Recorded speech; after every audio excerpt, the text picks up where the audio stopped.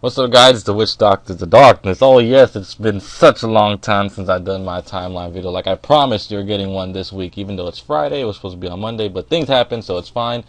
But I told you guys I was going to get a co-host this time, and I had to really get someone who I thought was perfect for this Pokemon, because as you can see in the title, it says Venomoth. Now, when I thought of Venomoth, I thought of poison, and then one of my truly best friends, like I told you guys before, I had friends who I consider brothers. This is one of them. So, Blight, please introduce yourself. Thank you so much, Witch, for that kind introduction.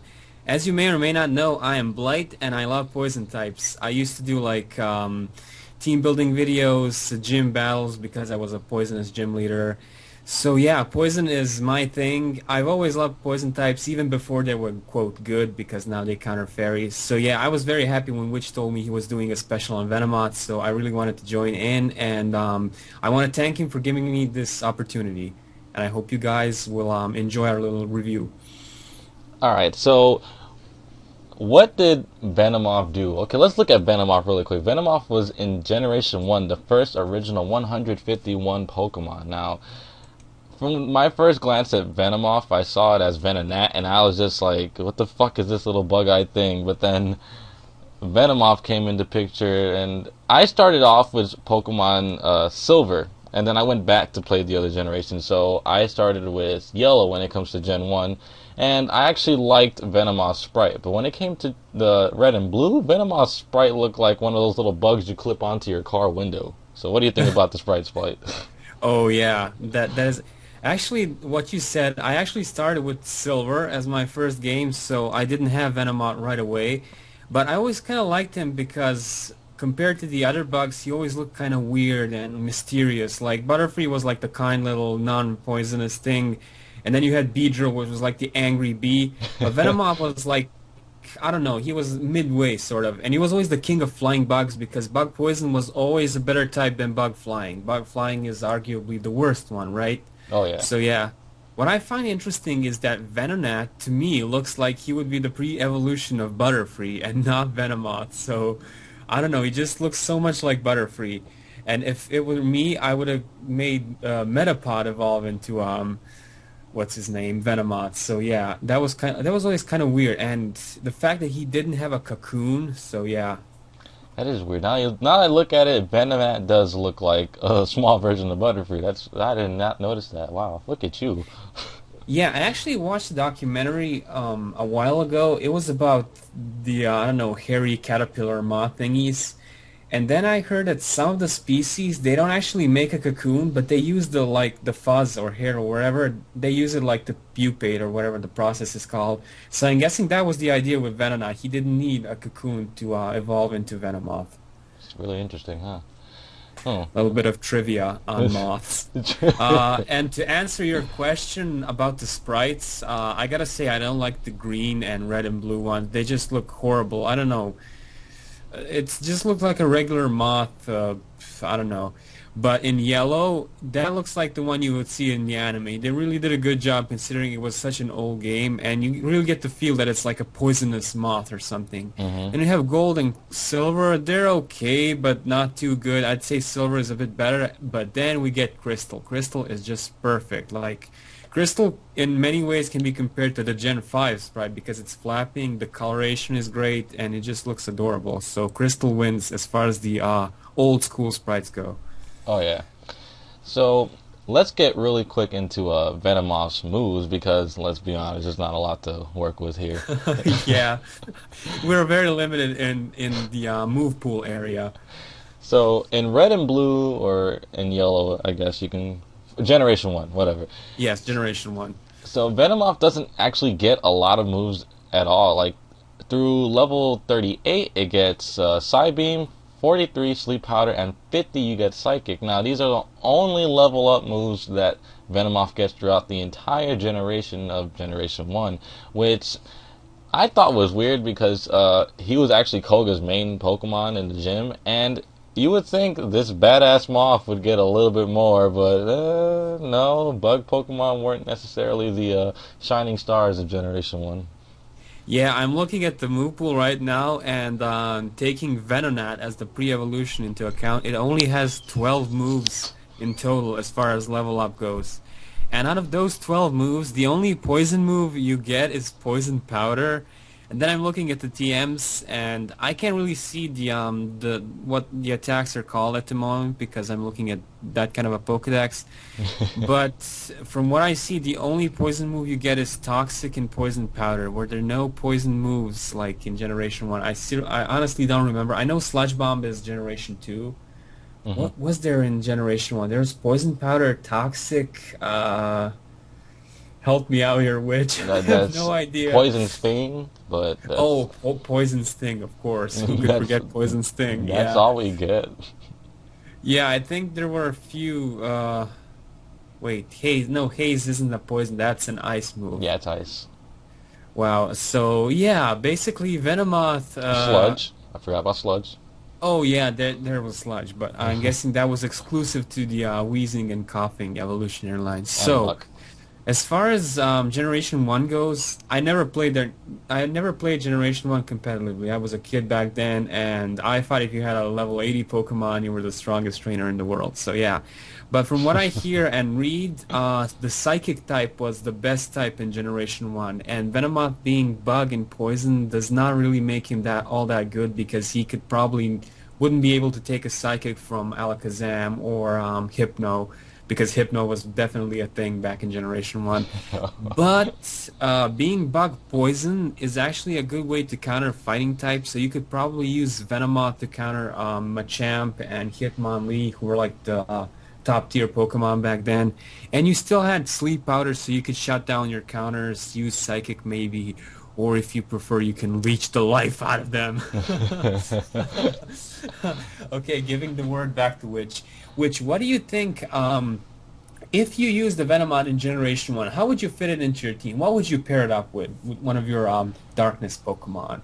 Oh, with a darkness Pokemon. Is there any Generation One Darkness mons? Well, besides the Birds of Darkness, I don't. Yeah, with your Articuno of Darkness. Oh, the Frozen Darkness, boy, it just freezes everything in its place. But I guess I would put them with the birds, because putting things to sleep and poisoning things would actually be very helpful towards the birds. I can wizard down walls, stuff like that, hit them while they're knocked out. So that's probably what I would use Venomoth for.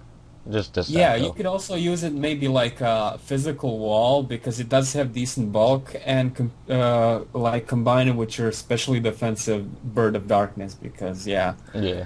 I guess that would actually maybe work. We should do a Generation 1 battle with the emulators and stuff and Oh, actually yeah. put this stuff to the test like here now in 2014. We'll see how that works.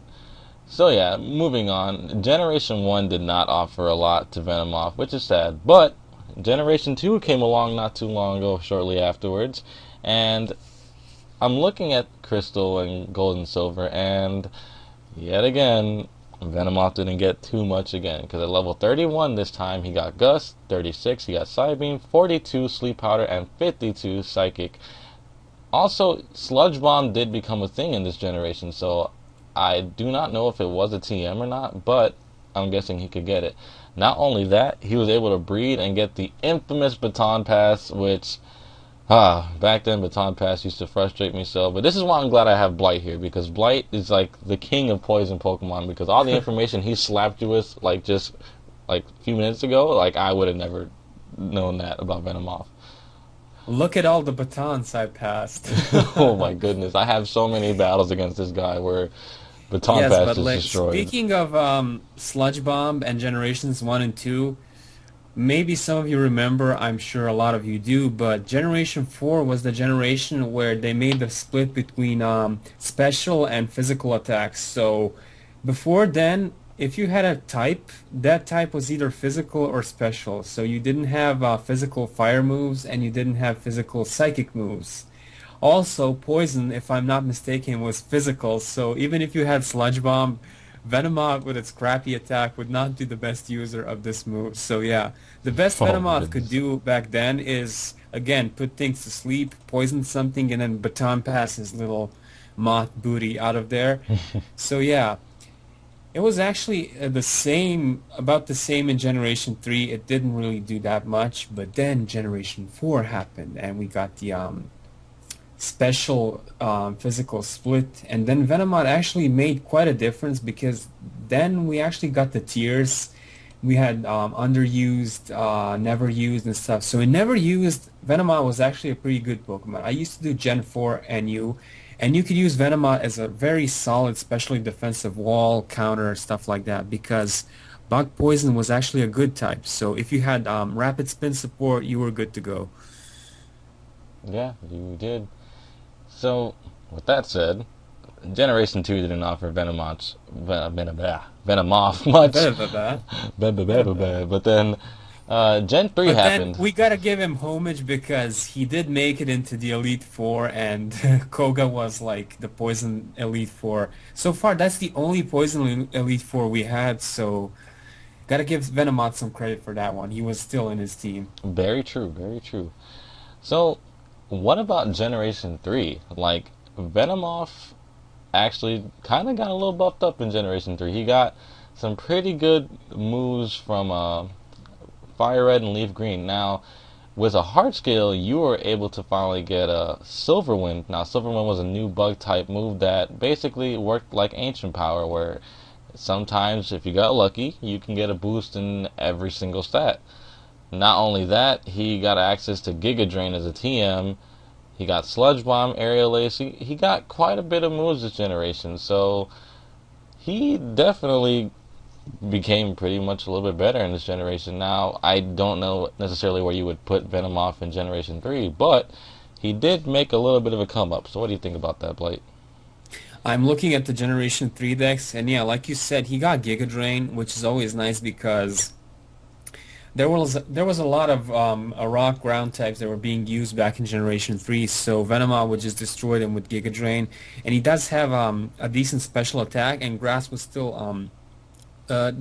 using the special stat even back in Generation 3. So yeah, other than that, he had let's see, Facade. That might have not been so bad because if he got burned, paralyzed, or poisoned, he could use Facade. Let's see, Rest, no. Attract, yeah. Venomoth is one attractive, sexy mod, so I guess he would be able to pull that off. Oh, and we should note that Generation 3 was when Venomoth got an ability. It was called Shield Dust, so wow. Remember that feeling when you caught your first Wurmple and you were like, wow, Shield Dust prevents added effect. This must be something awesome, right? What the hell are added effects? Yeah, So I did yeah, not know either. yeah, I was confused about that ability. I was like, what does this do? Does this like remove stuff? I don't know. And then I figured out it actually removes the added effects of moves like Ember would not be able to burn you, Thunder Shock or Thunder would not be able to paralyze you, assuming you can live a Thunder. So yeah, that was actually pretty decent because it allowed you to avoid those nasty stats. Like you couldn't be frozen by Ice Beam, and I don't think there was any other way to freeze stuff besides Ice Beam. So Venomoth was immune to being frozen. How cool is that? Well, Powdered Snow and Blizzard too, which freeze. Oh, right, right. But those are still added effects, like Yeah, I know. so Yeah. they wouldn't be able to freeze. I mean, it had Supersonic, which is like the crappy version of Confuse Ray. So yeah. Back in Generation 3, I would always use a Dustox over Venomoth or Beautifly because they were like the new Pokemon then. I really liked them, so I kind of forgot about Venomoth during Generation 3, to be honest. I don't think I ever used them in that then Yeah. and there. Could you even get Venomoth in, let's see. Oh, you couldn't get him in Ruby, Sapphire, Emerald.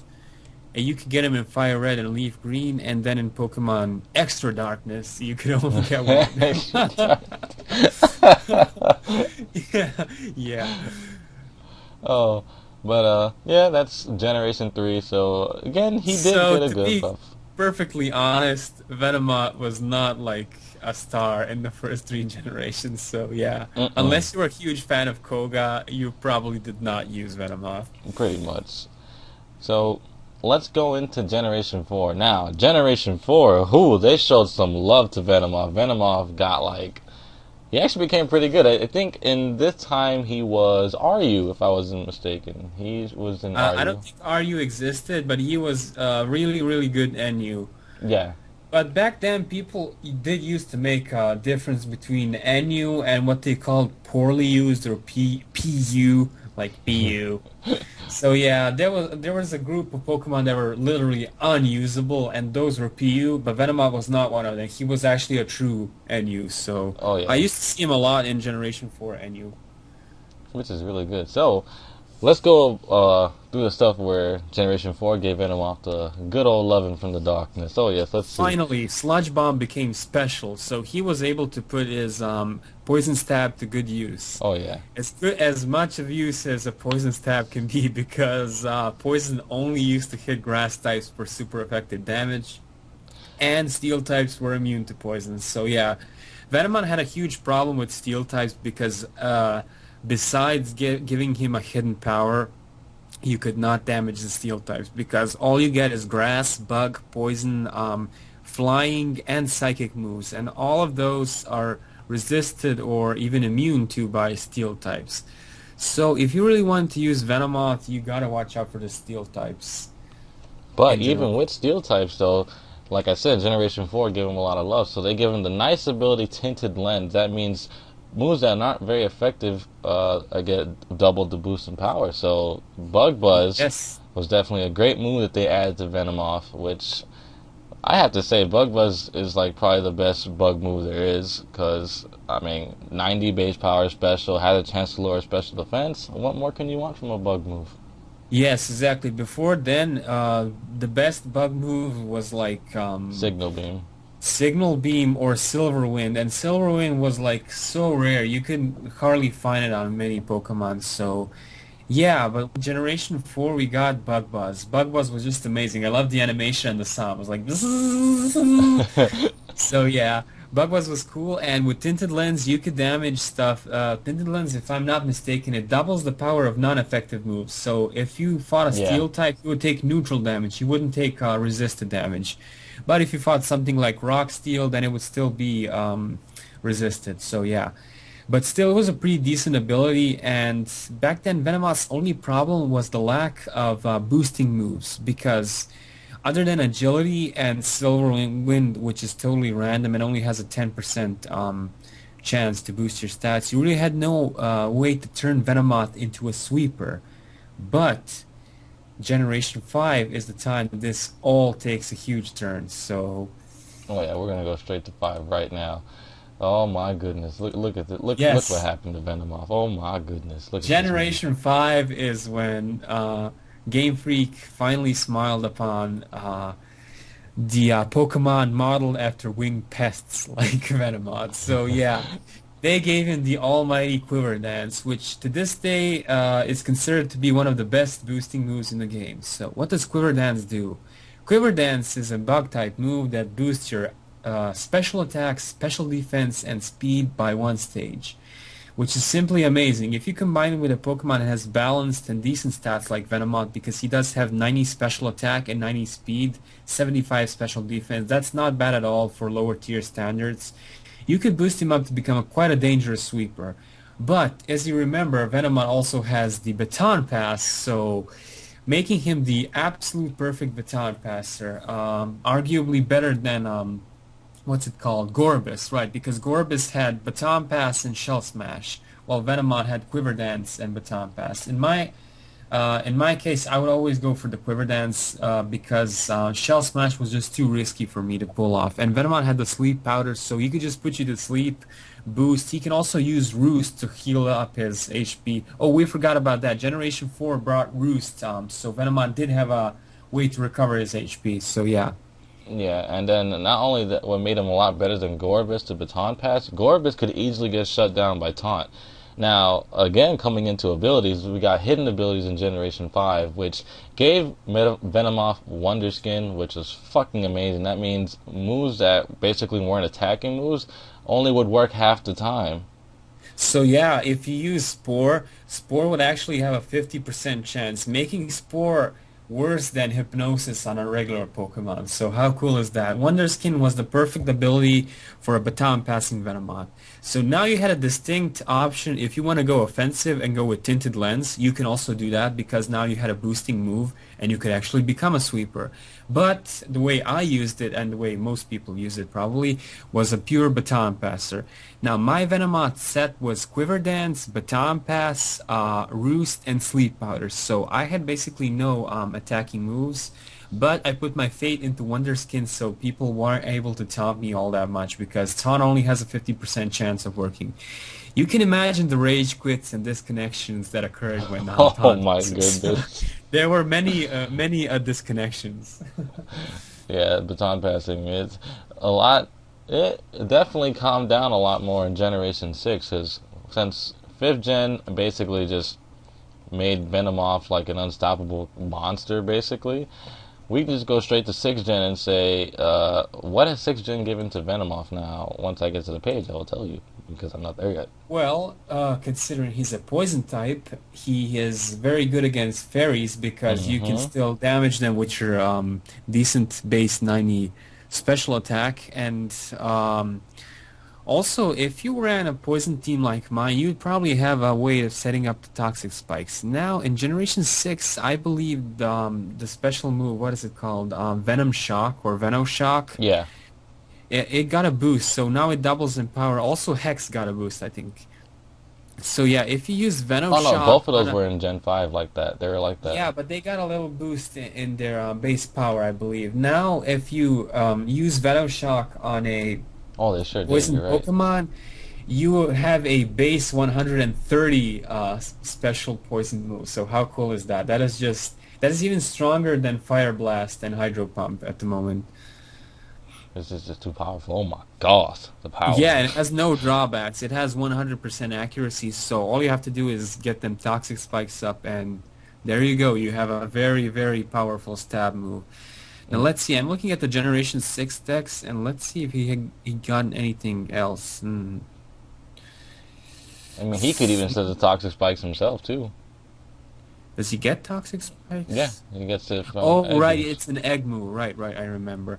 So, I don't think Generation 6 brought all that much to Venomoth, but on the other hand, now that weather teams were gone, Venomoth could actually do a lot more than he could in Generation 5 because with the sun and rain teams, they were kind of they could easily shut down your Venomoth because sun teams, remember Venusaur, Venusaur could just Oh use my his goodness, Venusaur, so bad. Fifth yeah, gen. after one growth, Venomoth could not withstand a hidden power fire in the sun. So yeah, the sun teams are a major problem. Also, Darmanitan, he would always mess up my day with the Flare Blitz Oh my and the goodness, it's just too strong. It does too much. yeah, it always has the choice scarf. So even if I had a theoretical Quiver Dance stuff, he would still mess me up before I got a chance to Baton Pass. So yeah. So what item did you used to run on your Venomoth? Was it always Focus Sash? I always used to run, if I ran just Venomoth, like just him as the baton passer, then I would use the Focus Sash because I wanted to guarantee that I would be able to at least get one off. But if I ran two or more baton passers like my Volbeat nicknamed Hellbeat, which I'm sure you remember, then Venomoth would be the bulkier one and he would have the Black Sludge to recover himself. Yeah.